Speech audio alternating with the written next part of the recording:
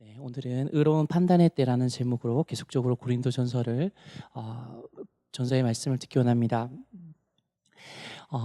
사도 바울은 이제 어느 교회 지도자를 따른다는 명분으로 이제 분당하고 싸우는 고린도 교회 성도에게 이제 성도들에게 이렇게 말하고 있습니다. 바울이나 아볼로나 게바나 세계나 생명이나 사망이나 지금 것이나 장래 것이나 다 너희의 것이요 너희는 그리스도의 것이요 그리스도는 하나님의 것이니라라고 이제 말씀하면서 너희가 그렇게 추종하는 사역자들은 사실 너희의 유익을 위해서 하나님께서 보내준 자요 너희를 자라게 하신 이는 그 사역자가 아니라 오직 하나님이시다라고 이제 그들의 생각을 다시 상기시켜 주면서 너희는 그런 사역자에게 속한 자가 아니라 하나님께 속한 자라고 사도 바울은 이제 말씀했습니다.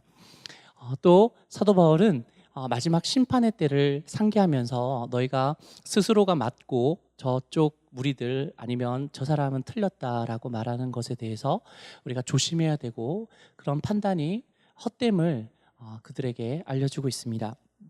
우리도 오늘 특별히 사도 바울이 예수님의 재림하시고 이후에 이제 심판에 대해서 우리가 오늘 말씀을 통해서 우리가 신앙적으로 잘 정립이 되면 신앙에 큰 유익이 있을 줄 믿습니다.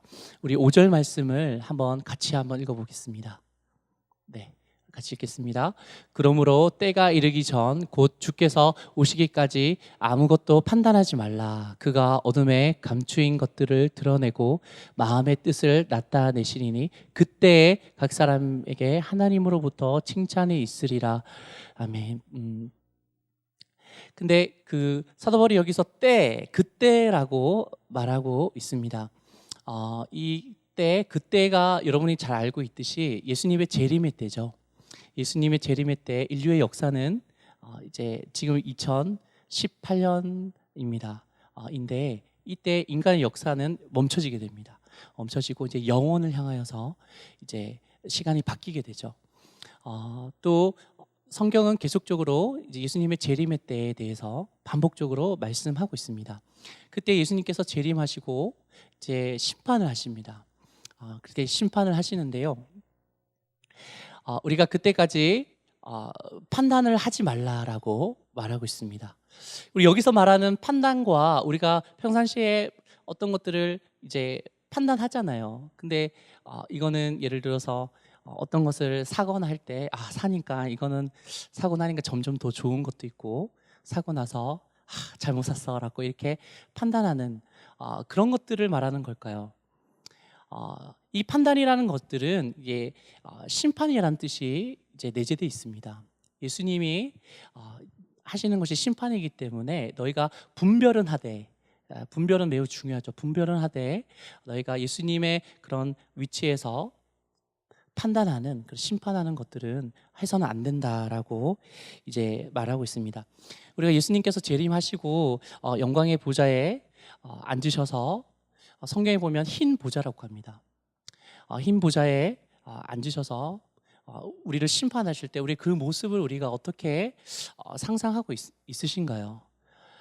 우리가 하나님의 심판에 대해서는 대부분의 복음주의 그리고 개혁주의 신학자들이 이제 일치한 의견을 내고 있지만 우리가 웨스트민스터 신앙 고백 우리의 가장 믿음의 기초가 되는 이 신앙 고백서 33장을 한번 보면요, 우리가 예수님께서 다시 오셔서 최후의 심판이 어떻게 될지 잘 생각해 볼 수 있습니다. 제가 한번 읽어보겠습니다.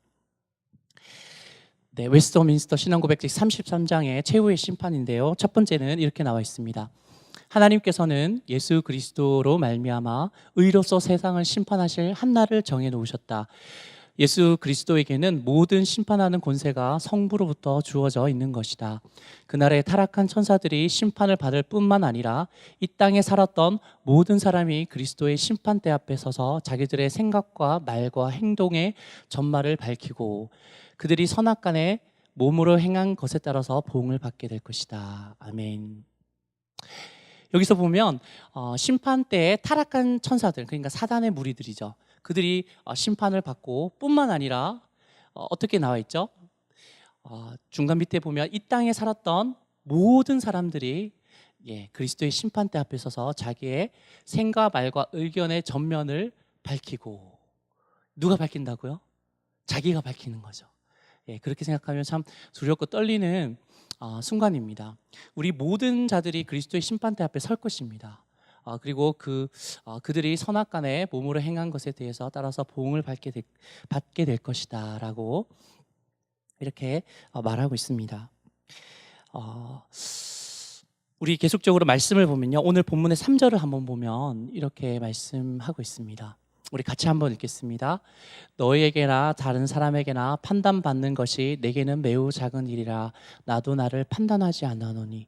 그러므로 그리스도께서 재림하실 때 밝히 모든 것을, 그 모든 일에, 우리가 겪었던 모든 일의 그 이면적인 동기와, 그리고 다른 사람들이 생각하지 못했던 그런 어두움에 속했던 것 같이 밝히 드러내시기 때문에 그때서 판단하는 것이 정말 정확한 판단이고, 그리고 가장 의로운 판단이기 때문에 지금 우리가 하는 판단은 필연적으로 어떻게 될 수밖에 없죠? 불완전한 판단을 할 수밖에 없습니다. 누구에 대해서도요? 자기가 자기 자신에게 하는 판단도. 여러분 스스로 어쩔 때는 난 정말 거울을 보면서 한임을 하는데 라고 이렇게 생각하실 때가 있으셨죠. 또 한편으로는 너무 스트레스 받고, 한편으로는 또 어려운 일이 겹칠 때 거울을 보면서 나 자신을 보고, 아니면 스스로 생각하기를, 야 너는 뭐 제대로 할 수 있는 게 없네, 하는 일마다 안 되고. 근데 그렇게 스스로를 생각하는 것도 이게 옳은 판단이라고 주님께서 보신다고요? 그렇지 않습니다. 우리가 스스로를 판단하는 것도 잘못된 판단이라는 것이죠. 오직 예수님이 나를 판단하신 것만 옳은 판단입니다. 그러므로 사도 바울은 나도 나를 판단하지 않고 다른 사람도 판단하지 않노라. 왜냐하면 심판날이 있기 때문에. 또한 남이 나에게 어떻게 말하든지 간에, 어떻게 판단하고 어떤 이야기를 하든지 간에, 그것이 나에게 3절에 보면요, 한 번 더 스크린을 보면 3절에는 3절을 한 번 더 보시면요, 다른 사람에게나 판단받는 것이 내게는 그러므로 매우 작은 일이다 라고 했습니다. 이런 은혜가 여러분에 있으시기를 간절히 축원드립니다. 다른 사람이 나에게 대해서 어떻게 생각하는, 말하는 것들은 작은 일이라는 거죠. 그것은 성경에서 말하고 있는 것이고, 또한 여러분 스스로 판단하는 것도 조심하십시오. 여러분 스스로 판단하는 것은 필연 부정확하고, 또 오히려 주님께서 원하시는 그 믿음의 성숙을 오히려 저해하는 그런 판단이 되기가 매우 쉽습니다. 우리 4절의 후반부에 보면요, 사도 바울은 다만 나를 심판할 이는 누구시라고요? 주시니라. 오직 예수님만이 나를 심판하실 것이다 라고 말하고 있습니다. 우리가 심판이라는 말을 들으면, 여러분 우리나라에서는 예전부터 드라마나 그런 걸 보면 죄를 안 지은 사람도 끌려가고 모함을 당해서 막 주리를 틀고 하면 와 비명 지르다가 이제 제가 했습니다라고 막 그렇게 해서 막 이렇게 모함을 씌우는 역사가 많았습니다. 많았고, 또 우리가 심판이라는 그 단어의 의미를 생각하면 왠지 두려운 의미를 우리가 일반적으로 가지기 쉬운데요. 여러분도 예수님께서 직접 심판하시는 그 보좌 앞에 다 서실 것인데, 그것을 생각하면 어떤 마음이 드시죠? 두려운 마음. 내가 그때 무슨 말을 하지? 그런 마음이 들기 쉽지만 주님께서는 그렇게 말씀하지 않으셨습니다. 사도 바울은 5절을 한 번 더 보면요, 이렇게 말씀했습니다. 우리 한 번 더 같이 읽을게요. 그러므로 때가 이르기 전 곧 주께서 오시기까지 아무것도 판단하지 말라. 그가 어둠에 감추인 것들을 마음의 뜻을 나타내시리니 그때 각 사람에게 하나님으로부터 칭찬이 있으리라. 아멘. 우리 예수 그리스도를 믿는 자들에게는, 또 그 길을 따르는 자에게는 그 심판날이 무엇을 받는 날입니까? 칭찬을 받는 날이라고 했습니다. 할렐루야. 아멘. 우리가 예수 그리스도의 십자가의 의로 말미암아 우리가 엄청나게 큰 죄인이었지만 그 죄가 예수님 십자가 공로로 용서한 바 되었고, 또 우리가 믿음으로 그 길을 어려워도 갔을 때 다른 사람이 안 알아주고 오해받고 또 핍박당할 때 주님께서 그날에 우리의 모든 동기와 우리의 그런 것들을 묵묵히 참았던 그런 것들을 다 밝게 드러내시면서 우리를 칭찬하실 것이라고 얘기하고 있습니다. 그래서 성경은 그렇게 말했고, 또 웨스트민스터 신앙 고백에서 두 번째로 이렇게 말하고 있습니다. 우리 한번 보면요. 네, 제가 읽겠습니다. 하나님께서 이 날을 정하신 목적은 택함 받은 자들을 영원히 구원하여 그의 자비의 영광을 나타내며 사악하고 불순종하는 버림받은 자들을 정죄하여 그의 공의의 영광을 나타내시기 위함이다. 그때로부터 의인은 영원한 생명에 이르게 되며 주 앞으로부터 오는 충만한 기쁨과 유쾌함을 얻게 될 것이나, 하나님을 알지 못하고 예수 그리스도의 복음에 순종하지 않은 사악한 자들은 영원한 고통 가운데 던져져서 주 앞으로부터, 그리고 그의 능력의 영광으로부터 오는 영원한 파멸로 벌을 받기 때문이라고 말하고 있습니다. 우리는 심판날이 이제 주님으로부터 결산을 받는 날인데, 우리는 칭찬을 받을 것이라고 성경은 말하고 있습니다. 여러분, 칭찬 받을 줄 믿습니까? 아멘. 이런 질문들을 내가 그 T를 성경 공부하면서 다 물어봤거든요. 네, 물어봤는데 그 T에 있는 대부분이, 이건 개인적인 이야기가 아니기 때문에 괜찮죠? 대부분이 자신이 없다고, 나는 칭찬받을 자신이 없는 것 같다, 칭찬 안 받을 것 같은데 라고 얘기하신 분이 거의 대부분이었습니다. 그런데 오히려 그런 마음이 있을 때 우리가 칭찬받기가 더 쉬운 줄 여러분 믿으시기 바랍니다. 우리가 그렇게 겸손한 마음으로 나는 죄인입니다, 나는 아직 이르지 못하였습니다 하는 자는 오히려 칭찬받을 가능성이 더 많고, 오히려 바리새인들처럼 나는 칭찬 꼭 받을 거야, 나 말고 칭찬 받을 사람 누가 있어 라고 이런 마음이면 오히려 내가 주님을 위해서 이제 선지자 노릇하고 귀신을 내어주고 많은 능력을 행했습니다, 주님 내가 왔습니다 라고 했을 때 예수님께서 그런 자들을 향하여 네, 내가 너를 도무지 알지 못하노니 내게서 떠나가라는 말씀하셨죠. 우리가 그 심판날을 기억하면서 우리가 또한 생각해야 될 것이, 좀 전에 드렸던 말씀처럼 우리가 생각하기에 어떤 사람은 정말 상을 많이 받을 것이야 라고 생각할 건데, 그런 사람이 오히려 주님으로부터 엄한 책망을 들을 수도 있고, 저 사람은 상급이 없을 것 같아 라고 생각하는 분이 주님 앞에서 귀하게 이제 칭찬받고 이제 상급을 받을 수 있습니다. 그날에는 모르는 거죠. 그렇기 때문에 우리가 판단을 해서는 됩니까? 안 됩니까? 그러므로 말미암아 우리는 절대로 판단을 해서는 안 되는 거죠. 특별히 우리가 조심해야 될 것이, 우리 고린도 교회 성도님처럼 어떤 무리를 지어서 친한 사람들끼리 모여서 이렇게 얘기를 하고 교제를 하는 것은 좋지만, 필히 우리는 죄성을 가진 자기 때문에 친한 사람끼리 모이면 어떻게 하기가 쉽냐 하면 다른 사람들 얘기를 하기가 쉽습니다. 예, 다른 사람, 우리 성도님뿐만 아니라 뭐 연예인도 있고 많지만 대부분 이제 서로 아시는 분을 얘기하기 때문에 이제 성도님을 얘기하기가 쉽죠. 그런데 그때 어떤 사람을 얘기함으로써 그 무리들이 어떤 마음을 품게 되죠? 서로 동질감을 느껴. 너도 그렇게 느꼈어? 이렇게 해서 하나의 동질감을 느끼게 되는데, 필히 동질감을 느낄 때 어떤 게 생기냐면 고린도 교회 성도처럼 이 분당이 생긴다는 거죠. 네. 그래서 사도 바울이 말씀한 이 말씀을 우리가 반드시 기억해야 될 줄 믿습니다. 너 자신을 판단하지 말고 이웃도 판단하지 말고 이웃이 너에게 하는 말도 개념치 말라는 우리의 사도 바울의 말씀을 우리가 들어야 될 줄 믿습니다. 뿐만 아니라 온전한 판단은 예수님께서 그날에 하신다고 말하고 있습니다. 그러므로 우리는 고린도 교회 성도들이 그렇게 한 것이 아니라 오히려 허물이 있으면 덮어줘야죠. 우리가 자꾸만 이웃의 허물이 보이고 옆 사람의 자꾸만 잘못한 것이 보이면 우리가 어떻게 생각해야 되냐면, 베드로 사도는 무엇보다 서로 뜨겁게 사랑할지니 사랑은 허다한 허물을 덮는다고 했습니다. 우리 이웃의 허물이 자꾸만 보이면 내 안에 주님의 사랑이 그만큼 식었다고 여러분 생각하셔야 됩니다. 그리고 나의 그 식은 마음에 어떤 사람에 대한 그 판단과 그런 나의 그런 분명히 이건 맞을 거야 라고 생각했던 것들이 주님 보시기에는 틀렸다는 것이죠. 우리가 주님의 심판이 반드시 임할 것인데 우리가 그 심판을 생각하면서 신앙에 어떠한 유익이 있을까요? 우리는 주님의 심판을 항상 기억해야 됩니다. 할렐루야.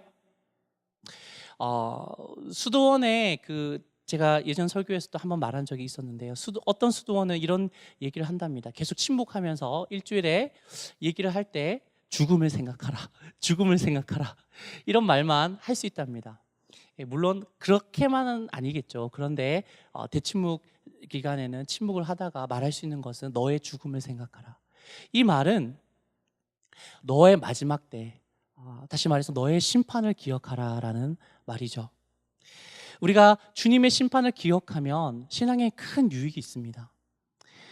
우리가 마지막으로 우리 웨스트민스터 신앙고백 33장 3번을 한번 보겠습니다.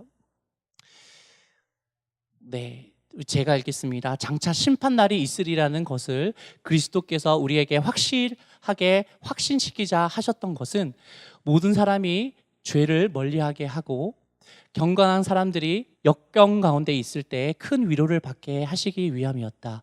마찬가지로 그는 그날을 사람들에게 감추어 두어서 사람들이 육욕적인 안정감을 떨쳐버리고 주께서 언제 오실지 그 시간을 알지 못하므로 항상 깨어 있도록 하셨고, 오시옵소서 주 예수여 속히 오시옵소서 아멘 하고 말할 수 있도록 항상 준비케 하셨다. 아멘.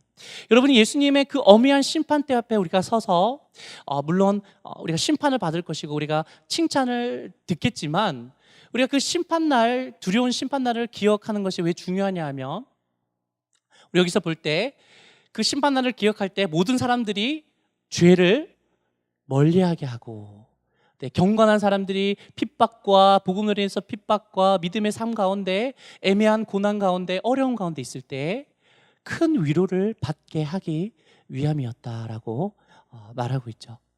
그리고 그날이 언제 이룰지를 사람들이 알 수 없게 예수님께서 말씀하심으로 우리가 돈이 예를 들어서 몇십억이 있으면 이제 나는 일도 안 하고 편안하게 이제 살 거야. 근데 그 몇십억이 있는 돈이 예수님이 다시 오시면 심판대 앞에 설 때 우리에게 어떤 의미가 있을까요? 아무런 의미가 없습니다. 오히려 마지막 날에 우리가 우리를 위해서만 재물을 쌓아서 우리가 편안히 쉬자라고 했던 그 예수님께서 비유한 그 부자가, 하나님께서 오늘 이 밤에 너의 영혼을 내가 취할 텐데 네가 쌓은 그 재물들이, 그런 곡식들이 누구한테 돌아가겠느냐, 어리석은 자여라고 말씀하신 것처럼 그런 것들을 육욕적인 안정감을 떨쳐버리고 주님의 다시 오심을 고대하고 이제 깨어있게 한다는 거죠. 여러분에게 이런 은혜가 있기를 간절히 축원드립니다. 우리가 주님의 심판을 기다리면서 우리가 이 세상의 것들을 어떤 것을 얻었어요. 우리가 간절히 기도해서 얻었더라도 그것이 우리에게 쉽게 우상이 될 수 있습니다. 하지만 우리가 주님의 심판을 기억할 때 정말 주님께서 우리에게 원하시고 또 우리를 통해서 이루시기 원하는 그것만이 심판 때에 의미가 있다는 것을 우리가 깨닫게 되고, 그리고 우리가 그래서 온전한 분별력이 생겨서 우리의 삶을 주님을 위해서 귀하게 쓰임 받을 수 있을 줄 믿습니다. 그리고 누가 나에게 어떤 말을 하든, 어떤 오해를 하든, 그리고 어떤 비난을 하든, 그리고 어떤 그냥 지나가는 말이지만 생채기 내는 말을 하든, 그런 것에 대해서 우리는 자유할 수 있게 되는 것이죠. 그리고 스스로를 괴롭게 하는, 스스로 너는 안 돼, 스스로를 판단함으로 자기 안에 깊이 갇혀있는 사람들도 우리가 주님의 심판을 생각할 때 그로부터 자유하게 되는 것입니다. 우리 2절 말씀을 복연합니다. 고린도서 4장 2절 말씀을 우리 함께 읽겠습니다. 그리고 맡은 자들에게 구할 것은 충성이니라. 아멘. 주님의 심판을 기억하면서 우리가 단지 주님께 우리의 모든 판단을 맡겨드리고 단지 충성되게 우리가 하루하루 한 걸음 한 걸음 주님과 함께 살아간다면 그날에 주님께 큰 상급과 칭찬이 있을 것입니다. 우리 이렇게 주님께 충성스러운 우리 모든 하늘의 교회 성도님 되시기를 간절히 축원드립니다. 우리 이 시간 다 같이 기도드리기를 원합니다.